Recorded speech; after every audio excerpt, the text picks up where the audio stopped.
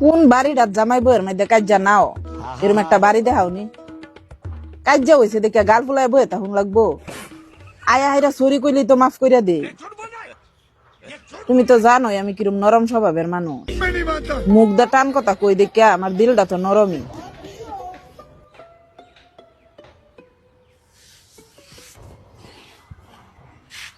जिस राह पे तुम चल रहे हो बेटा पूरी तरह फंसोगे।